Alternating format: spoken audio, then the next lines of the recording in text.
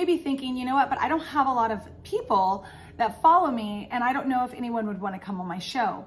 But remember this, any audience is a new audience to them. What's up, guys? Today I'm going to be talking to you about something that I actually love talking about. Coming from the PR background in public relations, I love talking about how to build your influence, and it is no different in today, 2022, than it was way back when. You are still using the same type of tactics, but the communication channels are going to be a little bit different. Let's jump into this video, and I'm very excited. I think it's going to change the way you think about creating influence, and I'm very excited to get you going.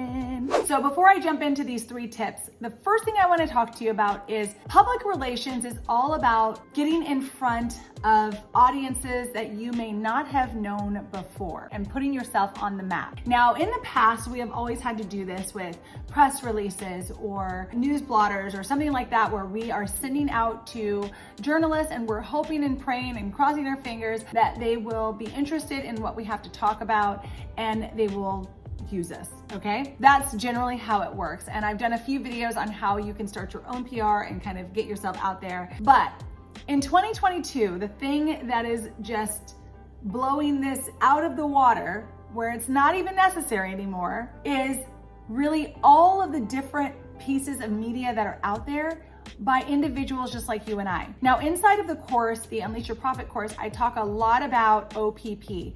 And what we call this is other people's platforms.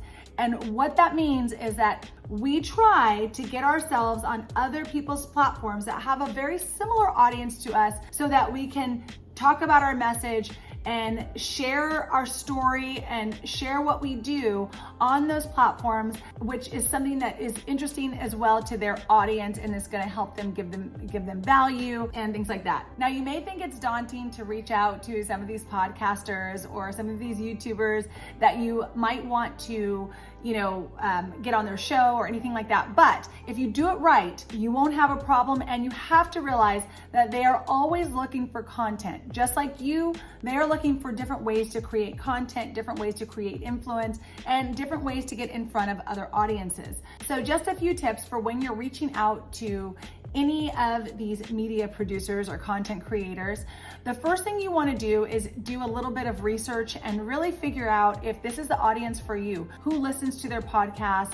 What is it about their podcast that they like? You just want to find out a little bit more about who you're going to be speaking to, right? You need to always know your audience. Number 2 is when you do reach out, you need to make sure that you're reaching out trying to offer value, not trying to say, hey, I'm amazing. You're not marketing yourself here. You're saying, here's what I think I can offer to your audience. And that will depend on the type of research that you have done. That's why that's so important. So lastly, when you are reaching out to these people, understand that they're very busy. They're probably getting a lot of different emails. You may have to reach out to them more than once, and that is totally fine. They may or may not respond right away, and it's a very similar path that every public relations specialist out there has ever had to go through to really get a client on or anything like that. Now, that was the first piece of increasing your influence, right? And the reason I like to talk about increasing your influence is because when you increase your influence and you reach more people, you're able to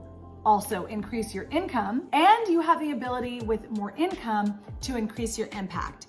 And that's why it's so important to really focus on influence. Now, influence is the I in the social method, and it's not something you should be doing maybe early on. We want to make sure that you've got your S, O, and C in the right places and you've got all that set up. That means that you're ready and prepared for people to come into your business and ready and prepared for them to possibly purchase from you or to connect with you, and you have a place for them to go. This area of influence all sounds great, but when you have possibly an influx of people and you don't have your foundation set up, which is something that we really teach you inside of the Unleash Your Profit course. So if that's something you want to do, definitely go check that out. You don't want to start that until you are ready with the S, O, and C, which is the searchable media, the optimization, and the community aspect. So once those are all set up and ready to rock, then you can start thinking about the influence portion. So now that we've talked about the first part of the influence portion, which is your OPP, I want to move into the next section, which is you become the interviewer. Now, I have done this in my career I don't know, I do it all the time. It's part of what I do and who I am. But I love finding new people to interview and talk to and learn about. And I just have a natural curiosity for what other people are doing and how they got there and all of those types of things. So one of the things you might want to consider is becoming the interviewer, figuring out who your audience would want to know about, what types of things they might want to learn, and then bringing those types of people onto your show or your searchable media. It could be interviewing someone via a blog, it could be interviewing someone via a YouTube channel, or it could be via a podcast, whatever the case. And you may be thinking, you know what, but I don't have a lot of people that follow me, and I don't know if anyone would want to come on my show. But remember this, any audience is a new audience to them, right? And so most times, if you're thinking in the vein of like, well, that person's building their audience, I'm building my audience, and I think this might be a nice way to collaborate and really get together. And some people will call these collabs. I don't like to call them collabs because I felt like those were a little too loose. And it was like a do something for me, I'll do something for you. So I want to make sure that you understand that you are going to be the interviewer and you're going to be interviewing them and allowing them to use your platform to really talk about who they are and share their message and share their journey and their story and all of that. So that's really important to understand when you become the interviewer. Now, the last piece is very simple. The last piece is you become a curator. So there are things that you love or that you're interested in, or people that you enjoy, or messages that you've heard that you want to share with your audience. And those are excellent ways to really increase influence, because what that does is it shows people a little bit more of who you are as a creator, your values, the things that you believe, and it allows them to be able to align with you.